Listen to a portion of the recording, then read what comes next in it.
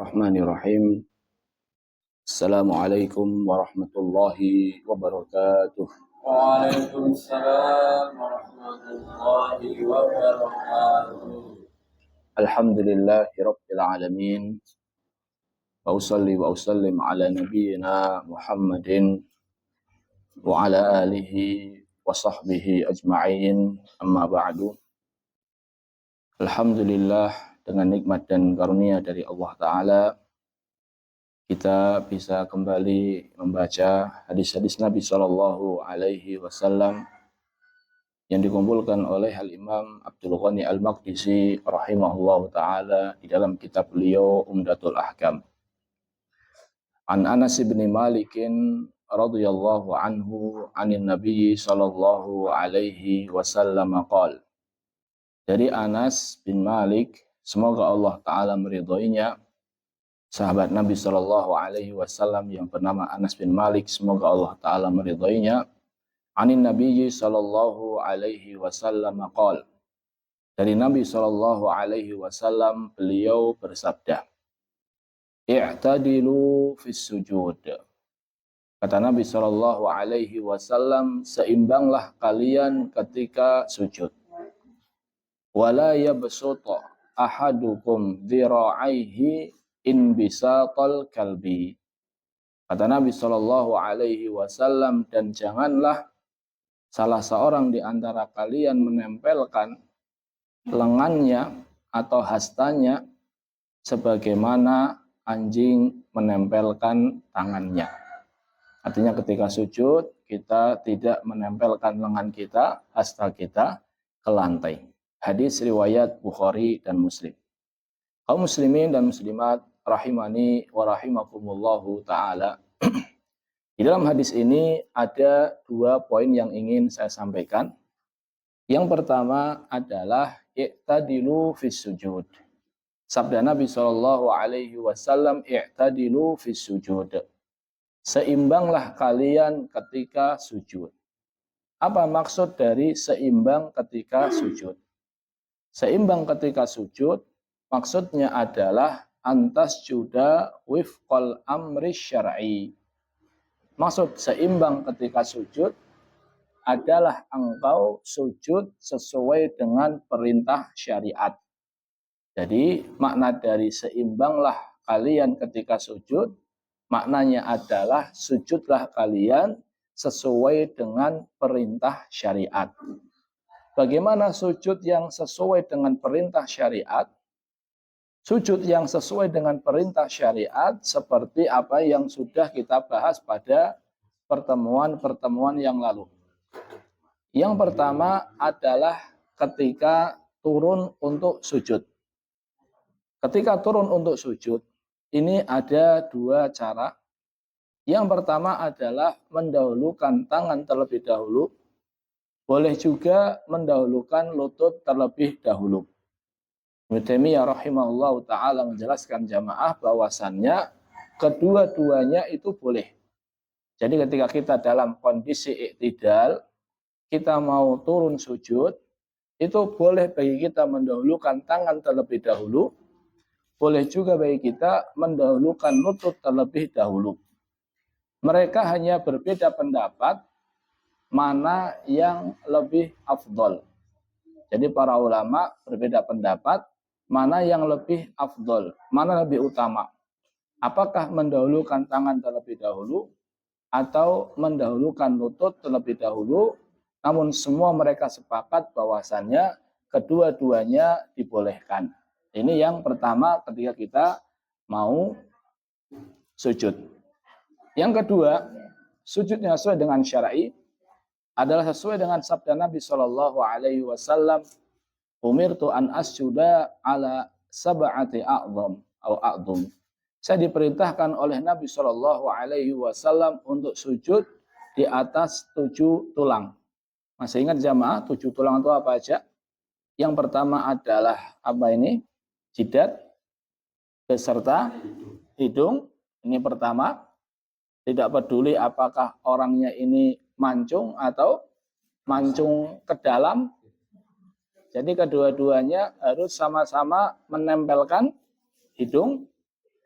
Yang kedua dan yang ketiga adalah kedua tangan. Yang keempat dan yang kelima adalah kedua lutut. Yang keenam dan yang ketujuh adalah kedua kaki. Ini cara yang kedua. Yang ketiga, ini berkaitan dengan tangan. Adapun tangan, maka tangan ini direnggangkan. Terlebih ketika kita sholat sendirian atau kita sebagai imam. Maka kata para sahabat, Nabi Shallallahu Alaihi Wasallam ketika sujud itu merenggangkan tangan hatta nara bayata ibtayhi, sampai-sampai kita melihat putihnya ketiak Nabi Shallallahu Alaihi Wasallam. Berarti apakah Nabi sholat nggak pakai baju? Pakai baju tentunya. Hanya saja ada yang mengatakan Nabi ini sedang pakai pakaian ihram. Ada pula yang mengatakan Nabi SAW sedang memakai pakaian yang lengannya itu lebar sekali. Jadi ketika sujud bisa kelihatan ketiaknya. Ini tangan. Kemudian sejajar dengan pundak atau telinga. Jadi telapak tangannya ketika sujud itu sejajar dengan pundak boleh, dengan telinga juga boleh. Kedua-duanya ada hadisnya. Kemudian siku itu diangkat, lengan diangkat, atau ya hasta ini diangkat, tidak ditempelkan, dan jari jemari rapat. Jadi ketika sujud, jari jemari itu tidak renggang, tidak pula rapat banget, tapi rapat biasa saja. Ini terkait tangan. Kemudian terkait kaki. Adapun kaki ketika sujud, maka telapak kaki ditegakkan. Kalau bahasa kita apa jamaah? Madal kok. Madal. Kemudian kedua tumit itu dirapatkan boleh, tidak dirapatkan juga boleh. Kedua-duanya boleh, hanya saja wallahu a'lam, di sana ada keterangan hadis bahwasannya Nabi Shallallahu Alaihi Wasallam, kata Aisyah radhiyallahu taala anha, ketika sujud beliau merapatkan kedua tumitnya. Jadi suatu malam Aisyah radhiyallahu taala terbangun dari tidurnya mencari Nabi Shallallahu Alaihi Wasallam, tidak ada karena rumahnya gelap, penerangan sangat sederhana, sehingga Aisyah radhiyallahu taala mencari-cari dengan tangannya, ternyata kena kedua kaki Nabi yang menempel, yang di saat itu Nabi Shallallahu Alaihi Wasallam sedang apa? Sujud.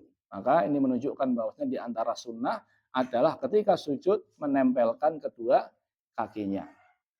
Kemudian di antara hal yang perlu diperhatikan pula ketika sujud adalah tidak terlalu menempelkan paha dengan perut. Jadi paha dengan perut itu tidak terlalu dekat dan juga tidak terlalu jauh. Namun iktidal, seimbang. Jadi pahanya itu lurus. Pahanya itu lurus. Tidak terlalu maju menempel ke perut, juga tidak terlalu mundur sehingga menyusahkan untuk sujud. Jadi pahanya ini lurus, tidak terlalu maju dan juga tidak terlalu mundur. Dan di antara hal yang perlu diperhatikan ketika sujud pula adalah tumakninah dan membaca doa sujud. Doa sujud ada dua, ada yang sifatnya adalah zikir, bentuknya zikir, ada juga yang bentuknya doa. Yang zikir seperti subhana rabbiyal a'la, subhana rabbiyal a'la, atau subhanakallahumma bihamdika Allahumma gfirli. Ada juga yang bentuknya adalah doa. Doa banyak seperti Allahumma gfirli ma asrartu wa ma a'lantu. Allahumma inni a'udzu biridhaka min sakhatik.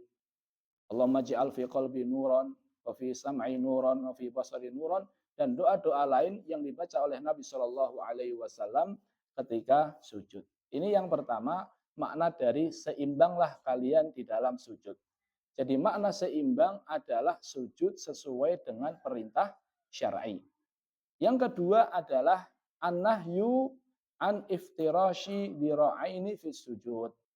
Larangan dari menempelkan lengan atau hasta ke lantai ketika sujud.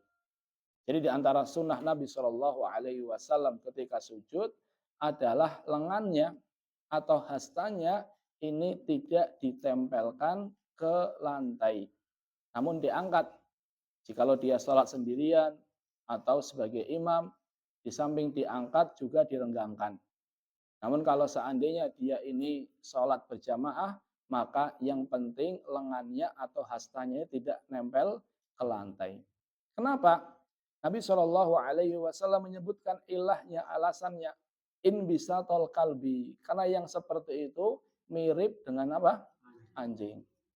Jadi para ulama menyebutkan dua alasan atau dua hikmah kenapa itu dilarang. Yang pertama adalah ini adalah sifatul mutakasil, sifatnya orang yang malas. Jadi ketika sujud itu malas, sehingga lengan atau hasta ini ditempelkan di lantai. Ini orang nggak semangat, padahal sholat itu diperintahkan untuk apa? Semangat. Dulu Umar bin Khattab pernah melihat ada orang yang sholatnya itu terlalu lemes, gitu. Akhirnya dipukul sama bin Khattab dengan pukul yang mendidik. Jadi sholat itu nggak seperti itu, harus semangat. Yang kedua adalah karena hal itu menyerupai binatang. Dan kita tahu bahwasannya kita ini jamaah telah Allah Ta'ala ciptakan dalam bentuk yang paling sempurna. Allah Ta'ala berfirman, laqad khalaqnal insana fi ahsani taqwim. Sungguh kami telah menciptakan manusia dalam bentuk yang terbaik. Kalau kita perhatikan jamaah bentuk manusia dengan bentuk-bentuk makhluk yang lain dari binatang, maka kita akan dapati bentuk manusia ini paling sempurna. Manusia jalan dengan kaki, makan, minum, dan seterusnya dengan tangan. Sedangkan hewan jamaah jalannya dengan kaki dan tangan. Sedangkan makan dan minumnya langsung dari apa? Mulut langsung. Manusia Allah Ta'ala berikan akal sehingga bisa membedakan mana yang baik, mana yang buruk. Sedangkan hewan tidak Allah Ta'ala berikan akal. Sehingga jamaah ada suatu kejadian di suatu masjid. Jadi masjid ini enggak kurang makmur. Kurang makmur sehingga sepi sekali.